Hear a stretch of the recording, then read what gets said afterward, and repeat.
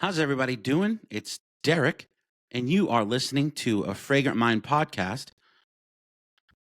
Uh, okay.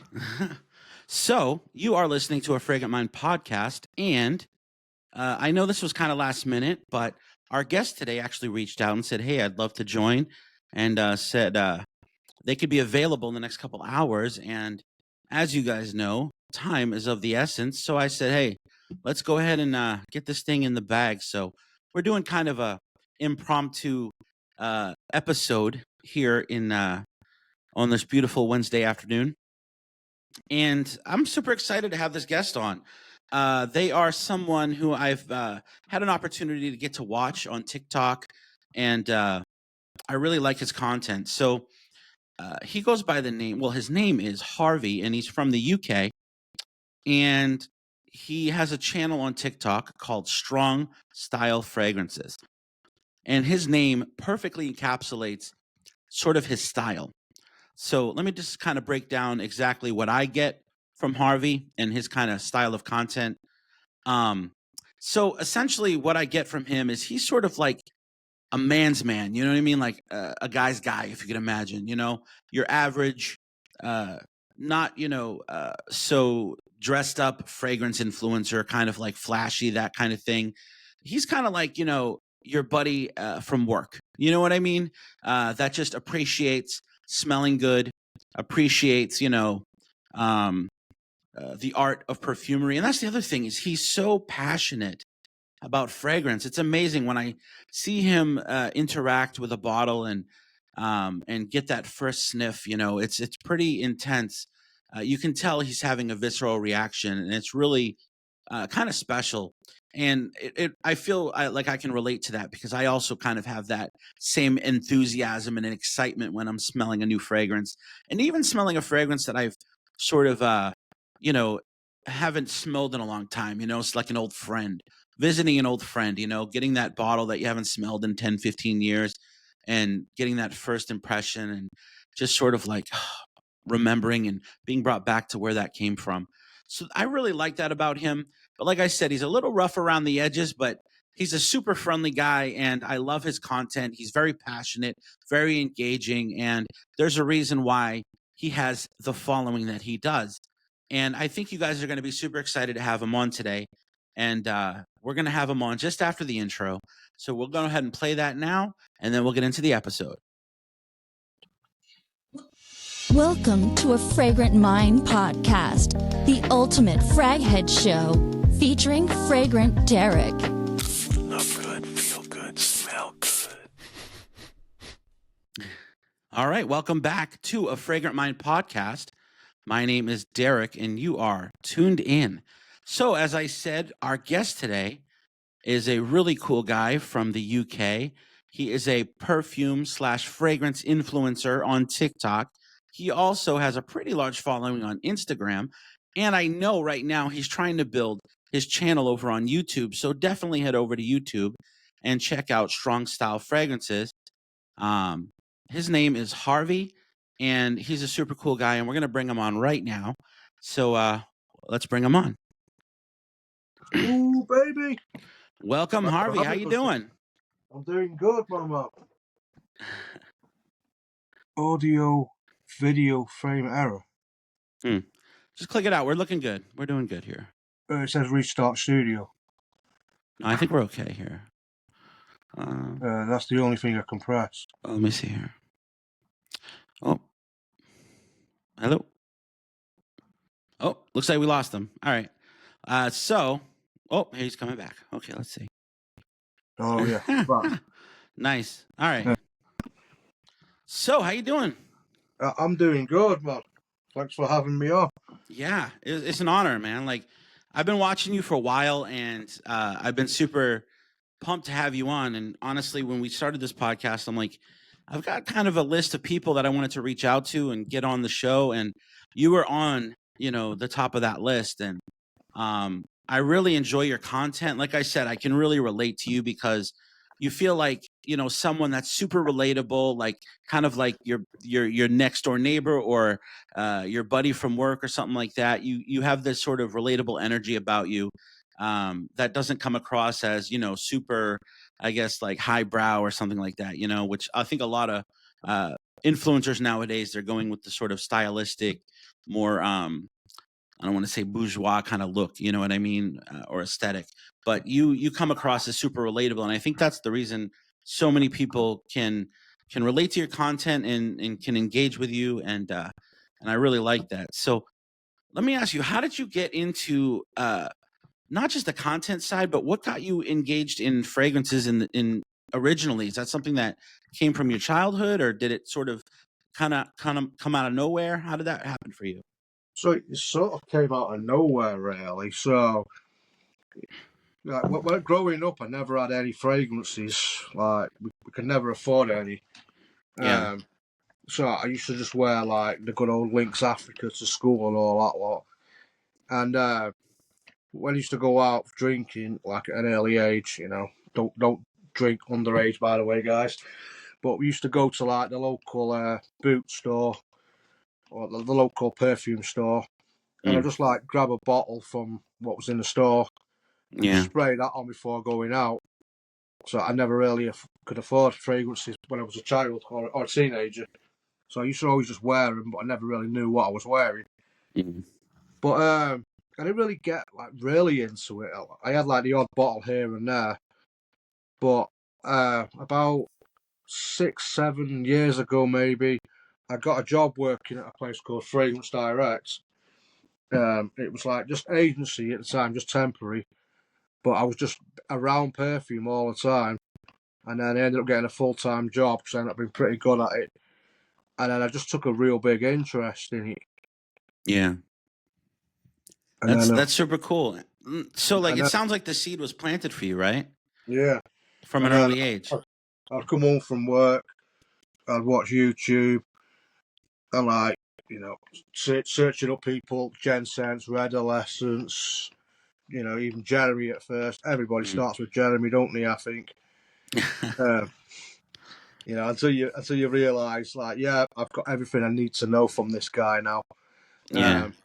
And then it just watching like 3, 4 hours a night, and I started thinking to myself, I'd love to do that, man, but I don't have the setup or the editing skills. But then when TikTok came along, I was like, I was watching some of the people on there and I was thinking, I'm better than these guys. And I've got a big collection already. I had like 300 fragrances before I started making content. Mm. And I was like, let's do it. Nobody was really doing face content. It was all faceless content Yeah. or memes, like slideshows, just silly stuff, really. Mm. I think I was one of the first to start doing like face-to-face talking in front of the camera. Yeah. It's so interesting how I think so many people that, start off on like, they have this dream of becoming a content creator, or um, they want to get on YouTube or TikTok, especially the young kids. I had a friend of mine come to me yesterday actually and said, "Hey, she's 11, and my daughter's really into she wants to make YouTube videos. She's like, do you have any advice for her?" And I said, find what you're passionate about, start making videos. You're not going to know how to do it all in the beginning. You're not going to be a pro in the beginning, but it's about consistency. You have to just have the drive and the ability to push yourself to constantly just keep creating. And as you do that, you improve, you get better, you find your voice, you find your style, and eventually you find your audience, And it sounds like that's something you did. And I think it takes a certain drive and initiative to kind of get to that point. And I think Yeah. a lot of people are sort of lack that drive. They get on for a while, they don't get a lot of views, and then they give up. And it definitely takes some pushing through to get there. So I think that's really cool that you were able to do that. And to your point, yeah, Jeremy, I think he was the introduction to most of us. You know what I mean? So I think that was kind of like interesting how that whole not fad, but almost like movement kind of came through. Starting with Jeremy. Yeah. I mean, that's how it normally goes. Whoever's got the most followers, that's who they push to you. Mm. But I know what you mean by like nearly giving up, because I nearly did it myself. Yeah. So the first 6 months, I didn't really have much of a following, Mm. and I wasn't really taking it all that serious. I was just making videos for fun, just letting people know some of the fragrances I like. Yeah. And then, it caught on to me about 3 months in. Somebody messaged me and I'm like, I've just bought that fragrance that you talked about and I love it. I was like, it was like Dolce & Gabbana, and then they bought another one, and I was like, damn, I didn't think people were actually going to buy shit because I said it's good. Yeah. And then, and my picture quality wasn't all that great because I had an old phone. Mm. And then I thought I need a better phone. So then I Yeah. went out, I bought a better phone with a better camera, Mm. and the views just like picked up a lot after that. Yeah. And I mean, I changed my style like quite a bit. So I came in, and I have like a bit loud on my videos, so I feel like when I'm talking, it sounds boring. Like, but when I watch myself like talking, I find it Mm. quite boring. So I thought I don't want to bring that to people. I want to be different in front of the camera. And then I came a bit loud, and it started just growing massively, and it just Yeah. went skyrocketing up. Was there like a moment for you that like was there like a certain video that sort of popped off for you, or was it just a gradual growth? There was no one video, but it was just a consecutive set of videos. Mm. So I started doing scent of the day videos, Yeah. and nobody else was doing these. And I thought to myself, what can I do, man? I don't have the best visuals or the best audio, but what I do have is the collection. So I'll use that to my benefit. So I start off doing a scent of the day video, and I'll like put the camera up against my collection, and I'll scroll across. I'm like, my scent of the day today is, and then people would be guessing like, what's he going to choose today? Yeah. And then I'll choose a fragrance, and it would normally be a designer because I didn't really have that many niche. Mm. And so you spend like 5 seconds wondering like, what's he going to wear today? And then I pick the fragrance, I go in front of the camera, man, spray it on like 5 to 10 times, and then talk about it for about 20 seconds and let people know that I like this fragrance. And people were loving it, and they were tuning in the next day like, what's he going to wear tomorrow? Yeah. I think it People. definitely, yeah, I mean, I definitely think it takes rolling with the punches, you know what I mean? And you have to constantly be changing up your style, changing up your delivery, you know, from, how you introduce the video, that first 10 seconds, like what are you going to say in that first 10 seconds that are going to capture the people to watch the video? It's very strategic. I don't think a lot of people realize how strategic content creation is. And it takes a lot of thought. And, for people who are really out there creating content that is capturing large audiences, such as yourself, it really does have to be well thought through. You're essentially not just getting on camera and spewing whatever information you have, but you're literally, it takes a lot of thought, it takes a lot of ingenuity and creativity, as well as just being able to constantly be evolving, Yeah. and it sounds like you figured that out early on, and I think Yeah. that's the reason you are where you are, Well, I was like, what do I want to see? Mm-hmm. So I watched a lot of people, and you see people making a review on a fragrance, but you don't actually see them wearing it, Mm. and people are like, I've been wearing this for the last few days, and then it's another fragrance, I've been wearing this for the last couple of days, and you start thinking, like, hang on, how are you wearing all of these fragrances in a short period of time? And I don't know if they're lying or not, but I'm like, no, I want to know what they're doing. So I thought to myself, people are going to watch me. They want to know what I'm doing every day. They want to know what I'm wearing. They want to see what I'm wearing. and live my life as a day to day. So like people would tune in and they'd be like, "What's he going to wear tomorrow?" Yeah. You can see what I'm wearing, and then you know that I actually like this fragrance because I'm actually wearing it. Like, I'm not just going to talk about a fragrance and say, "Yeah, this one's really good," but then not wear it. Like, I can't get a fragrance, spray it on a tester strip, and give it a review. I have to wear it, and people see I'm wearing it, and they're like, "Oh, well, this guy must like the fragrance then, because he's wearing it. He's got all them fragrances behind him, but he's wearing this one today, so he has to like it somewhat." And Yeah, that's what I did every day.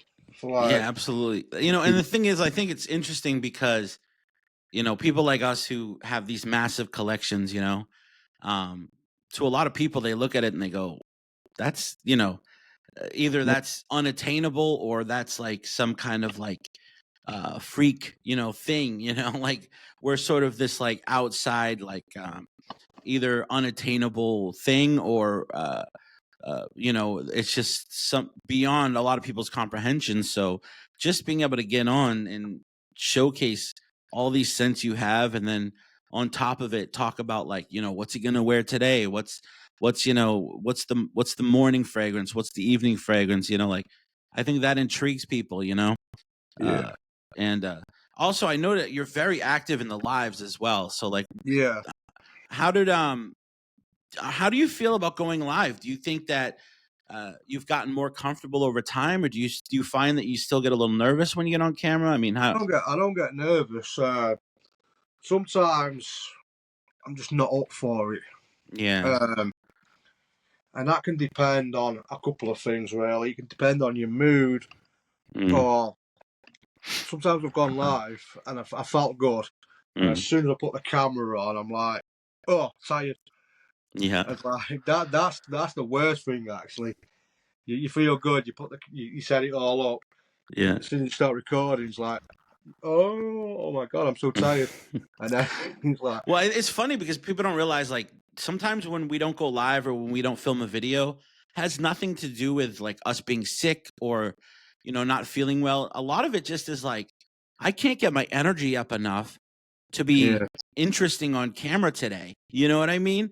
And yeah, I have a lot of days like that where maybe I'll work 2-3 days where I'm putting out tons of content, and then all of a sudden I'm just wiped. And I'm like, I can't perform today. You know, I'm not yeah, going to get on camera. And sometimes if I do get on camera, you can see it, you know, it shows up in the content. You know, it's not as energetic, it's not as engaging, it's sort of like lackluster. And at that point it's like, well, what's the point of even doing this, you know? yeah. And it is exhausting, you know, getting on camera. And I mean, essentially we're not really performing, but we kind of are.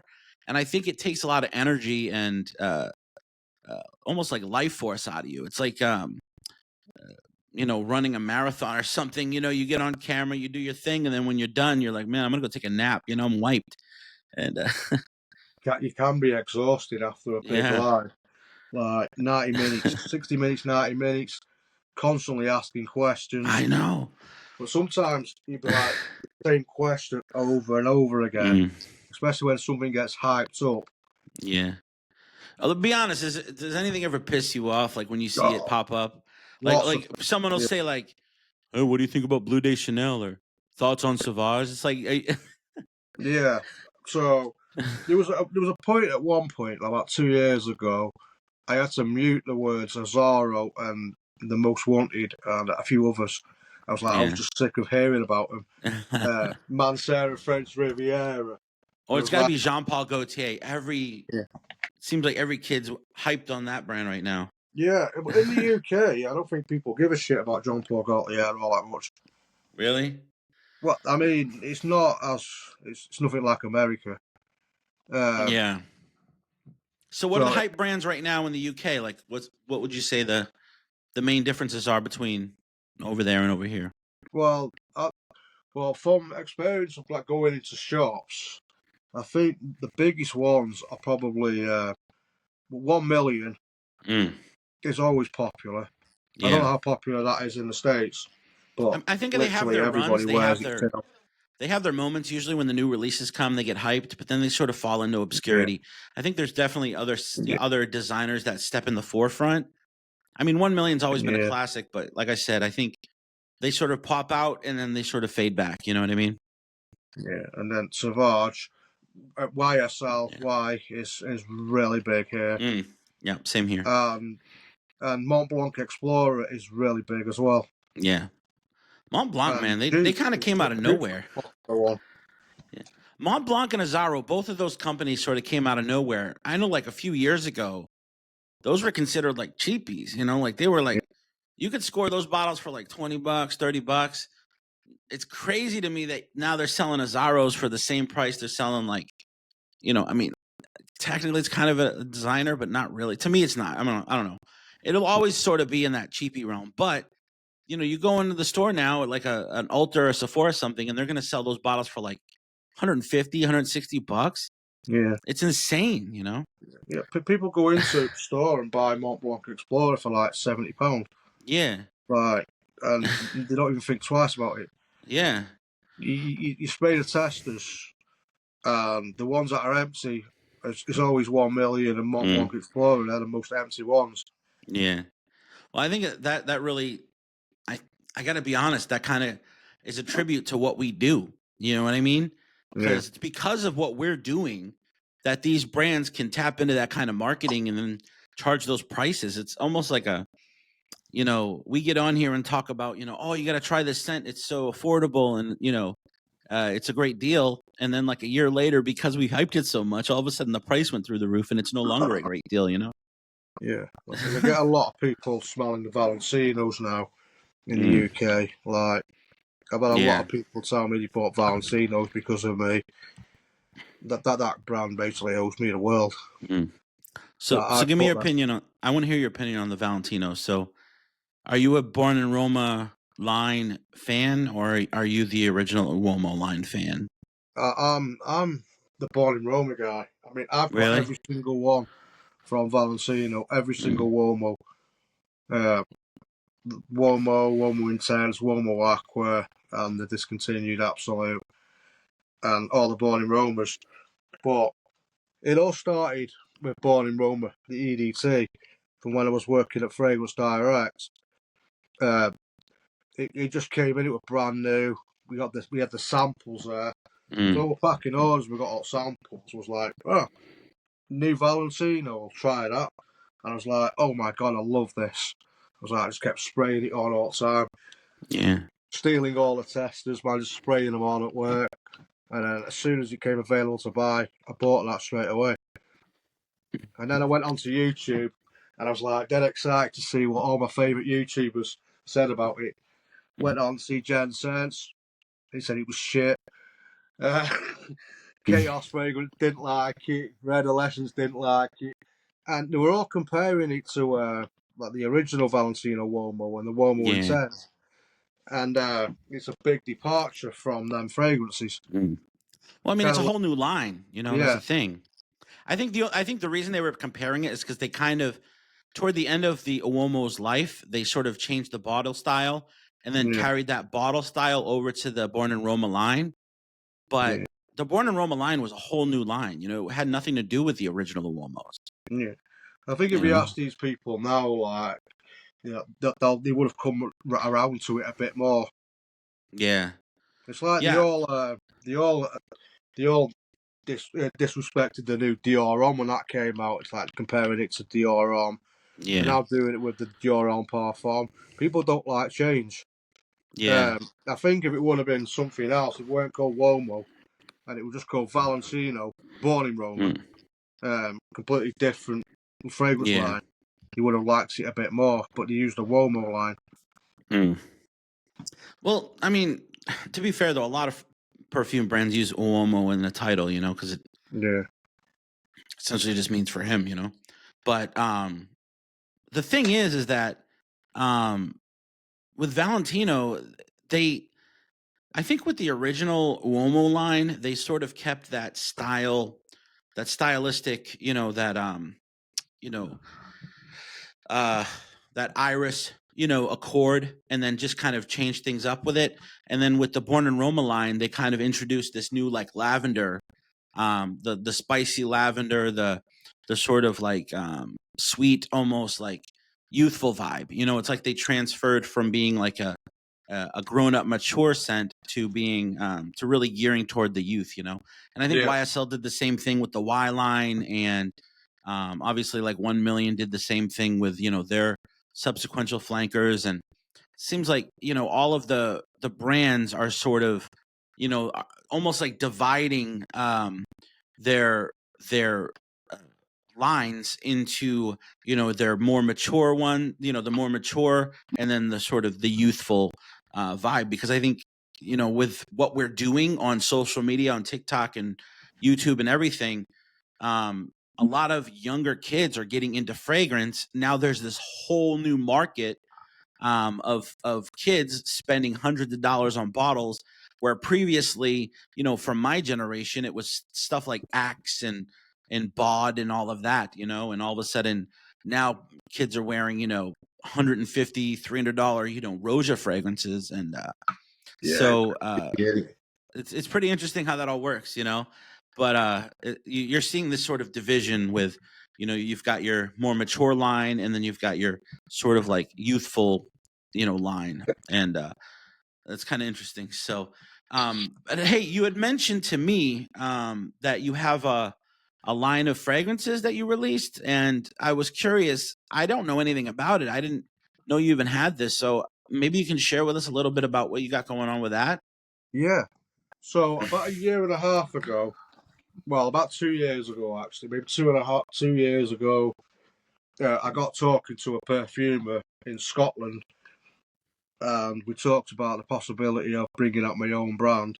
I've saved up a bit of money, and he was like, yeah, he's interested. He could see my passion for fragrances, and he wanted to do it. And I wanted something like that represented me. And I was like into the fresh, sweet fragrances like the Valentinos and the John Paul Gaultiers. But I wanted something that lasted and performed. Because I'm sick of going out and then having to like take the bottle with me. So we came out, and this was the first fragrance that I worked on. I sent a brief off to the perfumer. It's called Cheeky. And I thought it's a cheeky fragrance. Yeah, I like that bottle. The pressurized atomizer. And this is strong. Like it would remind you of fragrances like the Born in Roma and like John Paul Gaultier, Ultra Male, Lamal, 1 Million DNA. It was basically to compete with these brands, but bring something out a lot stronger and at an affordable price point. So we came out with a price point. Is that only available in the UK, or are you selling in the States? Yeah. Got to get that in the States, baby. Yeah, I need to. But so to do that, I'd have to rebrand under something else, under a new branding, and then get a distribution with somebody. Yeah.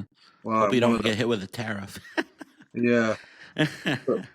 So when I launched with 3 fragrances. So it was Cheeky, Uomo della Notte, which is the man of the night. Yeah. And then there was a fresh one. I called it Zante, which is a tribute to my time working in Greece, in Zante, where I did a couple of summers there. It's kind of now, is that like a freshie? Like, is that more the Mediterranean vibes? Yeah. So nice. And it's super strong. Yeah. Now, are they all like straights, or? Yeah, they're all eau de parfums. They're all 20%. All 20%. That's the way to go. Yeah. It's funny. A lot of people come out with a line, like especially with content creators. They'll come out with a line, and it's like all extracts or something. Don't get me wrong. I don't have anything against that. But in my opinion, like if someone would ask me, like, what's your favorite, concentration, it has to be eau de parfum. It's like the perfect, balance. You've still got solid projection, but you've also got the solid, longevity.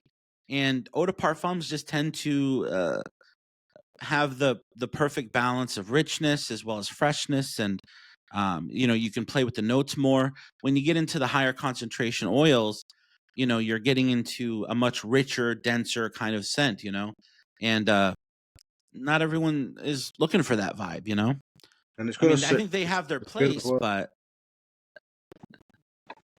would you agree with that, or? yeah. Yeah. So when I worked with these, Yeah. we played about with the concentration. We did 15%, 20%. There was not much difference between the 15 and the 20, really. We Yeah. did 25 and 30. And the 30% smelled nothing like this. Like, it was actually not good. Like, Yeah. and it didn't perform at all. Mm. And I was like, I can't have that. It has to Yeah. be loud. It has to be projected and longevity. So I need good projection and I need really good longevity as well.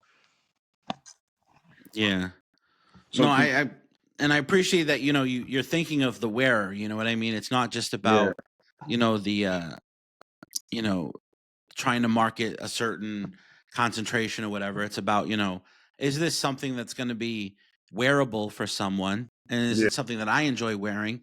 And, I think that's needed. I think a lot especially in perfume, um, you know, we need to consider, like, is this something that, yeah, I enjoy wearing? And if I enjoy wearing it, then I think my followers are going to like it as well, yeah. Like all three of these were made for like the mainstream audience. So like people who have been there, done that, and are now like heavily invested into niche, they're not going to care too much for these. They're Yeah. a little juvenile.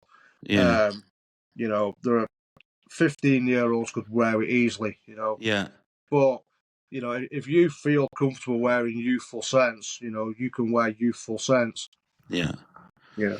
Yeah. I mean, I think that kind of falls into your aesthetic, which is that you're the creator for the everyman, And I think that's that it carries on. It all makes sense. It carries into your brand. It carries into not only your content, but the products you're producing. I think that's super awesome. And, if you're going to do something, have it represent who you are. And I think you're doing that. And that's super cool. Yeah. So I wanted to actually talk about a brand that is sort of near and dear to my heart, because I know we were kind of talking about like how we wanted to kind of frame this, the concept of this show. And I thought, highlighting some styles of like what's going on in the UK compared to what's going on in the US. And this is actually an indie house called Hes Parfums. And the perfumer goes by the name of Hes. And this is his packaging. And as you can see, it's got the fleur de lis right here. And this is based on basically New Orleans, Louisiana, which is where I was born and where I studied culinary arts. My family lives there. And it is absolutely one of my most favorite places on earth. I think I've told you guys in previous podcasts, but I went through Hurricane Katrina. And since then, I haven't really been able to go back. And when I found out that Hes was creating these fragrances out of his love for the city of New Orleans, I thought I have to get my hands on these and smell them. And I actually reached out to him and he sent me these bottles. And so this is 504. And this one, as you can see, this is the presentation. And 504 is the area code of New Orleans. And so the vibe I get with this one is there's a very unique scent of New Orleans, the city. Now, mind you, New Orleans is sort of known to be underwater, right? So it's below sea level.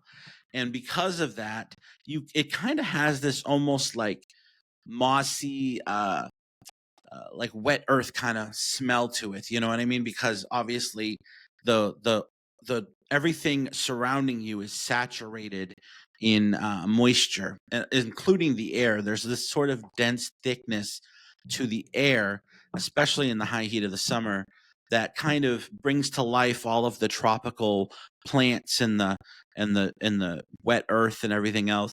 That gives it sort of this really green, mossy, but also like slightly fresh and floral accord that is so unique to New Orleans, and this fragrance perfectly encapsulates that.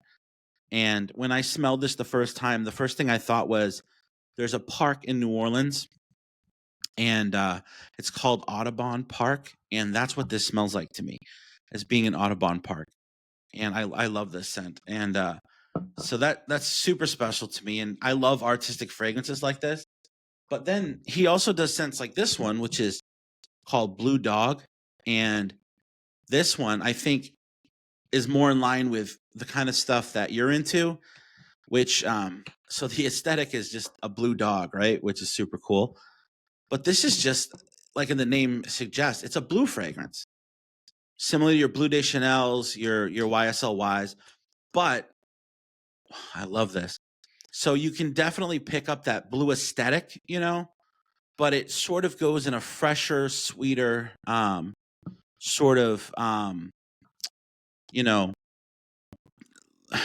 just a fresher, sweeter vibe. It's not as dark as, it's not as dark and spicy as your Dylan Blues. It's not as sort of, fresh as your Bleu de Chanel's. This one goes in a more thicker, richer kind of vibe. Almost gets a little creamy and powdery in the base, but I really love this one. Opens super fresh, floral, sweet, little citrus, and then dries down to almost like a creamy, powdery, but also still holding that blue, soapy kind of citrus, vibe. I really like it. This is a really great one. And that's kind of the thing I love about Hez, is that he'll do something, super artistic and earthy like the 504, and then go to a really nice, easy to wear blue fragrance like this one. So I really love this brand, and they're super special to me. But have you ever heard of these guys? Have you ever tried any of their scents? I've not tried any, no. No. What's the price point on them? That's a good question. I'm not 100% sure. I know they're not like super like ridiculous. I don't want to say, because I'm not 100% sure. I want to say high 100, like I don't really want to say, but I believe it's around, in the high 100, you know what I mean? Under 200, in that realm. The larger bottles might go for a little more, but it's pretty par for the course with most, I'd say, indie brands, as far as like, your niche / indie brands. It's not like, ultra niche, kind of like, a Creed or a Parfums de Marly or something like that. It kind of falls into line with maybe, some of your, I hate to say mid-range niche, but I mean, it's kind of like, your average stuff, you know what I mean? But they're not super out of reach. I think they're very, and honestly, for the quality you get, they're very reasonably priced, But I think really a lot like of people don't understand that indie niche. They don't understand why the prices are like near enough the same prices as like a Parfums de Marly's. And the reasons for this is that these big brands, they can produce a lot more, whereas independent brands, you might be only producing maybe 100, 200 at a time. Absolutely. And, and the bigger brands can really essentially buy bulk products much cheaper, because as you know, like companies like Walmart could buy, 10 million shirts and sell them for, $5, where the small guy, has to buy 500 shirts, and he's paying a much higher price point on each individual shirt because he's not buying in bulk like the big guys are. So he has to charge that, higher price point. Yeah, if an indie brand could guarantee like 1,000, 2,000 sales a week, he could half the prices. Yeah. And you're right. And the thing is like, you'll notice also that as these sort of indie niche brands start to grow in size, you'll start seeing them pop up on like discounters and stuff, because they'll be, it'll be easier to essentially discount those scents. Just because, they're producing at a much higher level, I think like Roja was similar to that, early on. It was like insane to buy a Roja. Like Elysium, when it first came out, was like crazy pricey. Now you can get it for like 160, 170. Yeah. That's US, but I noticed with like Sleepy Oud, I remember Yeah. trying that in Harrods, and it was like £400 for 50 mil. Yeah. And I was like this, but I can't pay that. And then about 6 months later, the price has come down to £300. Yeah. And then I saw Black Friday sale. Mm. You had the old bottles for £180. Yeah. And then it was 10% off. So I got mine for £160. And I'm like, man, this was £400 a year ago. And now I've got it for £160. Yep. And it's That exact same 300 thing now. happened. Yeah, that same thing happened to me. I was I don't want to name the brand because I don't want to call them out, but there was this particular niche brand that they launched a couple years ago, and they were originally selling their bottles for like $150, which isn't super high, but it's not nothing to cough at. But yeah, they were selling it for $150, and then all of a sudden they relaunched, they redid their packaging, and then they came out at a $90 price point, which I thought was super cool. You lowered your price, that's awesome. But then, like the other day, I was at a rack store called Marshall's, and I saw it sitting in one of their scents, like sitting on the shelf, and it was priced at $14. And I'm like, holy smokes! Like I was shocked when I saw it, and then all of a sudden, people come in the video and they're commenting. They're like, "Oh yeah, I got a bottle for like $18," and I'm like, "What?" So now they're like just incredibly cheap fragrances. That's crazy. Like, you know. Yeah, I mean, sometimes these places, if something's not selling, they'll just like put it at the Yeah. lowest price possible. Yeah, just or essentially. they'll even sell it at the price they buy it in at. Yeah. And you buy it in 80% less than what the actual cost is. Yeah. And you're like, I don't want to lose money on it, so I'll just sell it at what I paid for it. Yeah. Or sell it for a little bit less than what I paid for it. Yeah. I think that happens a lot when you're sort of like when a brand or a certain bottle reaches the end of its life, it'll sort of die off into obscurity and end up in like rack stores and stuff like that. Yeah, fragrance can be really, really popular, and then all of a sudden nobody cares. Yeah, I mean, it's crazy. Like I remember, like CK1 back in the day when it first came out, that was a very, I think at the time it was considered very expensive, and now you could go to like any CVS or any pharmacy and pay like $25 and get a bottle. Yeah. I mean, how is like Rasasi Hawass now in the States? Like, has that died down? That's what was wild. So when Rasasi came out originally, it was a very cheap fragrance. So like when it first came out, it was like $25. And then it started getting really hyped on TikTok and YouTube. And then the price skyrocketed to around $60, $70 a bottle. And also, not only was it that price, but it was incredibly hard to even get. Like if it showed up on a website and you went to order it, oftentimes you were getting like, it wouldn't go through because they'd sell out that fast, So people were paying even higher prices, upwards of $100, $120 just to get a bottle because they couldn't get it anywhere else. But now it's, I mean, the original Rasasi is you can get it for around $30, $25. Yeah. So I think it's kind of back to where it was. But for a while there, it had really peaked. But up until like a year ago, like in the UK, it was like selling at like £60, £70. Yeah. People were always asking me like, is it worth getting? And I was like, no, just get Invictus. It's the same price. In fact, you can get Invictus for cheaper. And they were selling that really well.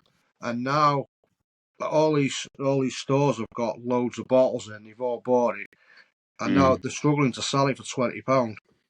Yeah. Like a year ago, like it was just selling out. When someone put it on sale for £40, it was selling out like crazy. And now it's like £25 everywhere. Nobody's interested in it at all. Yeah. And it's like fragrances just don't get bad overnight.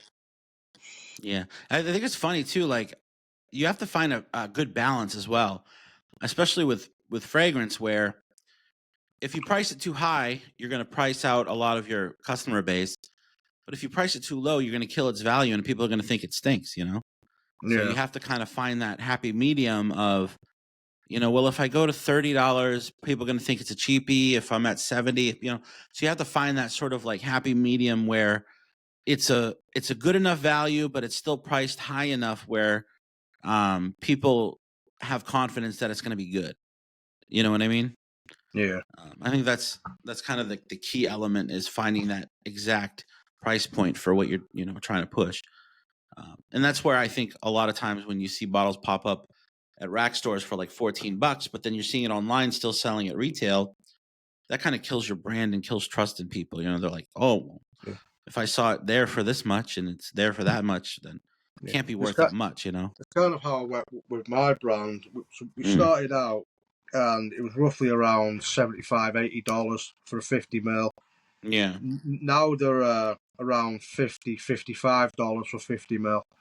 And well, it's cheap, but it's not like Latarfa, Afnan super cheap, and it's only 50 ml. But technically, you are getting a niche fragrance that could be $150, $200 for like $60.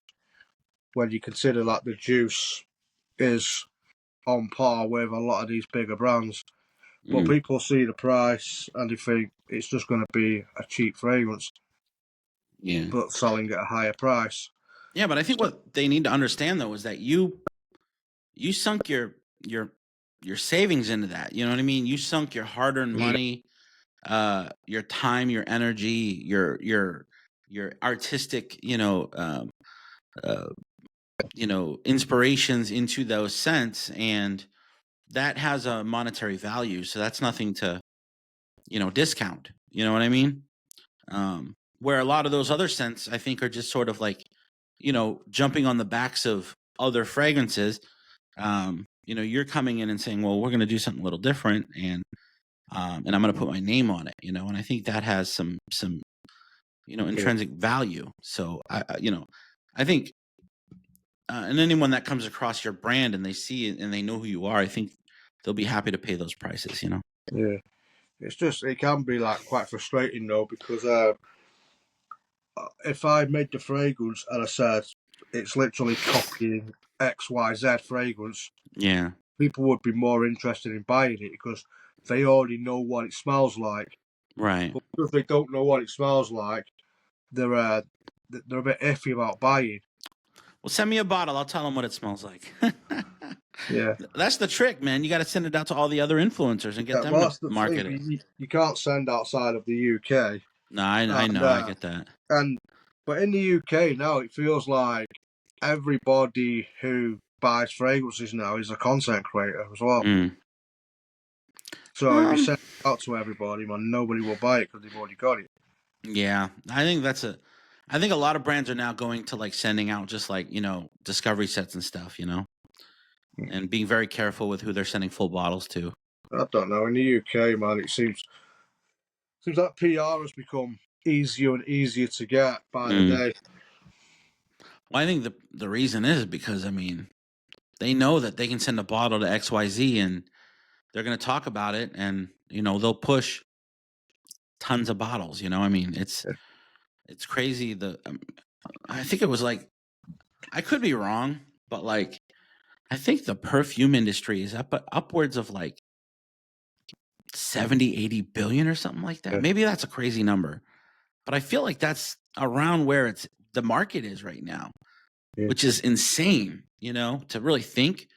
And it's like, just give me like 1/10 of 1% of that. I'd be happy, like I'd be happy with that, And shoot, my whole life is fragrance. Like that's all I do. I'm out here marketing companies all day, every day. I did it for a whole year without making $1, Give me a little chunk of something. Throw me a bone. How many bottles have I sold for you that I never got money for, Give me something. If someone's promoting your stuff, just fucking keep providing them. And here's another bottle, man. Do you know how many companies I've reached out to and I'm like, hey, I just did like 5 videos on your new bottle. You mind sending me put me on the PR list or something, and they just never get back to you? Yeah. But it's like, really? But one person's done one video and it'll continue getting all other ones. Never speak about ever again. Exactly. I have literal bottles that come into, lists and videos all the time because of how much I love them. And I reach out to these brands because I'm so passionate about the product that I've owned for years and I love, and it's part of who I am, and it's part of my signature scent. And these people they just couldn't care less, It's like, really? You're not going to throw me anything? Like, I'm out here working my butt off for you and you're not doing anything, Yeah. But then there's other companies that are super like generous and, just, flood you with as much as they can just so that they can get their name out there.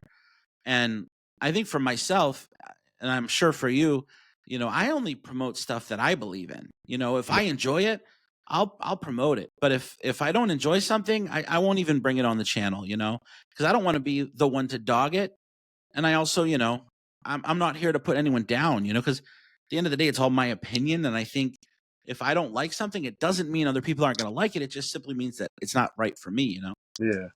Like, I mean, I turn down so much stuff, and I get so much as well. But because I get so much, people probably think, oh, he just accepts everything that gets offered. Yeah. Like, if only you knew. It would be absolutely impossible to accept everything. But one thing I noticed recently, like designer brands now are like sending out to people. Like, they've had to play catch up because 2-3 years ago, nobody got nothing from a designer brand. Yeah. But now, like, niche brands are sending out bottles to everybody, and nobody's buying designers anymore. So then designers have had to send out to everybody. And now it got to the point where literally everybody just wants to send stuff out. Yeah. And it gets to the point now, there's so many people making videos, nobody wants to buy anything anymore because there's so much PR going about. Yeah. Well, I think you'd be surprised at how small of a percentage of people are actually the content creators. I mean, there's still a massive market out there of just people that watch our content, that engage with us, and, have never made a video. And I'd say a majority of my followers have zero content, They just, make an account just so that they can watch their favorite creators, Yeah, it feels like in the UK, nearly everybody's making videos now. Yeah. Yeah. Well, it certainly seemed that way, especially when you're in the community. It's like everyone is a creator, Hey, we got a message in the chat. Sorry, this has been sitting here a while, but I wanted to just kind of highlight it. It says, hey, which one would you pick for daily wear or /summer? Tarathi Blue, Afnan, Theorem, I don't know, Aether by Fragrance World, Rasasi Hawas or Hawas Ice, Latafa Fakar. Open to your suggestions. Thanks. Oh, I would choose the Alpha X straight from French Avenue. It's literally 95% close to Greenleaf from Parfums de Marly. Nice. And I'd get that, and I'd get Terrassi Blue as well, and I'd rotate between both of them, so you don't get bored. Yeah. And they're both going to run you about $30 to $40 each. So I'd get them both. Yeah. I think the one that stands out to me from the list, and not because I disagree with you, I've never smelt that one, so I'm sure if I did, I would totally get that. The one that stands out to me from that list would be the Latafa Fakar, which is a YSL EDP inspired by, and that one, I actually did a video where I took it out into the wild and had some women compare the Latafa to the OG YSL fragrance, and every single one of them picked the Latafa over the original. And that fragrance is so impressive, and also just the DNA in general leans, for me anyway, as really a daily wear fragrance, especially in the warmer weather. But the price point, I don't know how it is in the UK, but here it's like $25, which is insane. Yeah, I think it's around £25 to £30. Yeah. So probably about $35. Yeah. But I've never actually smelt that fragrance. Really? But the way I see it is, what is the point of like buying a dupe of a fragrance when you can buy the original for about £70 or £80 anyway? Yeah. It's only double the price. Right. So whereas like After, it's a dupe of a $250 fragrance. Terrassi Blue is a dupe of a $300, $400 fragrance. Yeah. So I'm thinking if you're going to get a cheaper alternative, you might as well get the best value deal. Right. Well, Get that makes something sense. I mean, essentially, it's like, what's the best bang for your buck? Pay the yeah, same price for something that's ultra niche, leaning, or pay the same price for something that's, mid-range yeah, designer. I get it. That makes sense. yeah.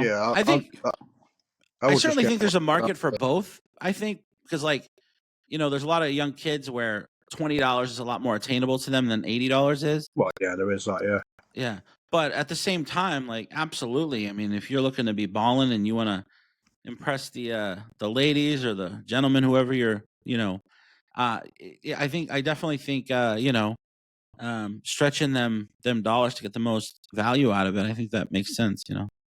So I think it's all, up to the individual person and what they're looking for.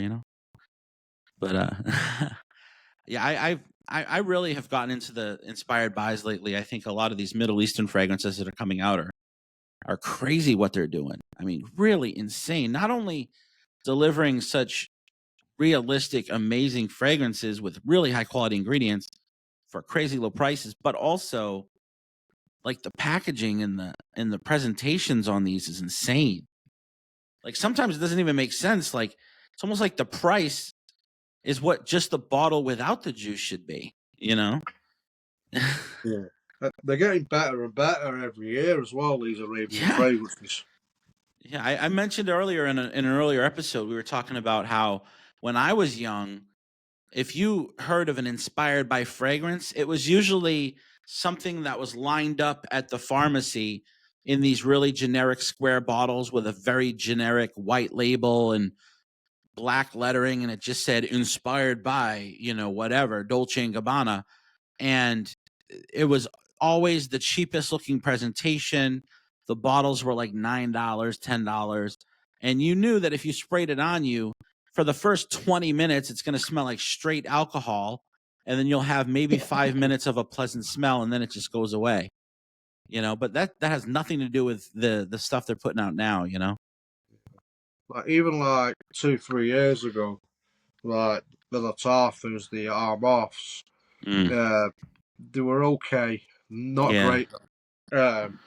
Like the Club de la Wheat Intense Mans, the even the Latafa Camera Originals, they were good, but now they're coming out like even higher quality stuff.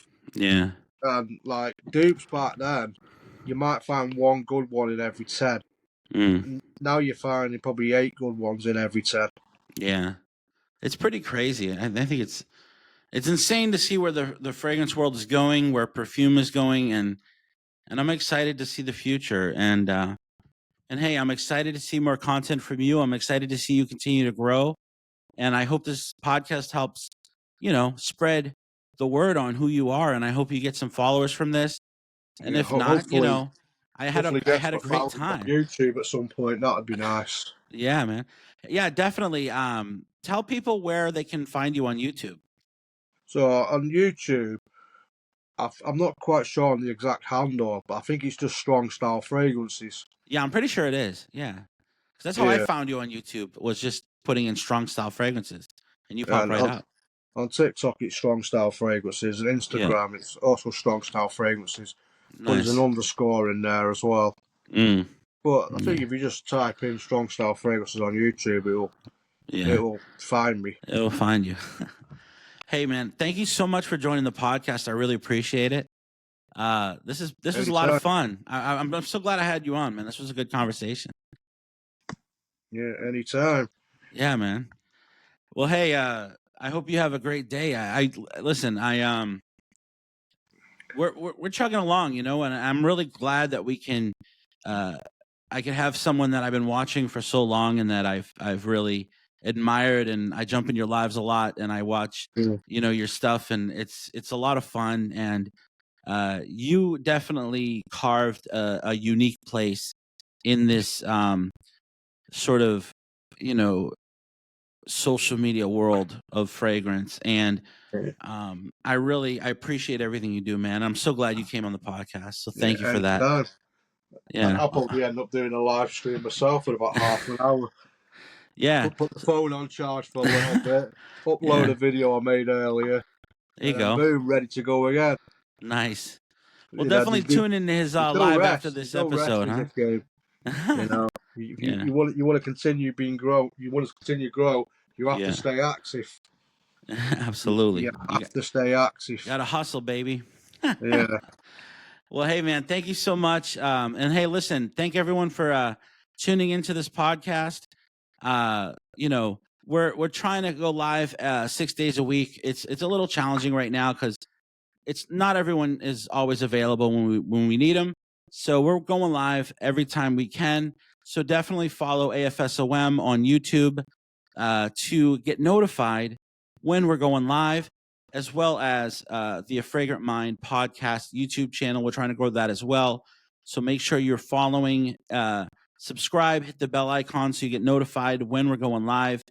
And you could stream that. But if you don't, every morning at 9 a.m., when we have previously recorded the day before, we will have an episode going live, as well as on Spotify and Apple Podcasts. Thank you guys so much for tuning in. I love you all. I hope you guys have a wonderful day. And as always, have a fragrant state of mind.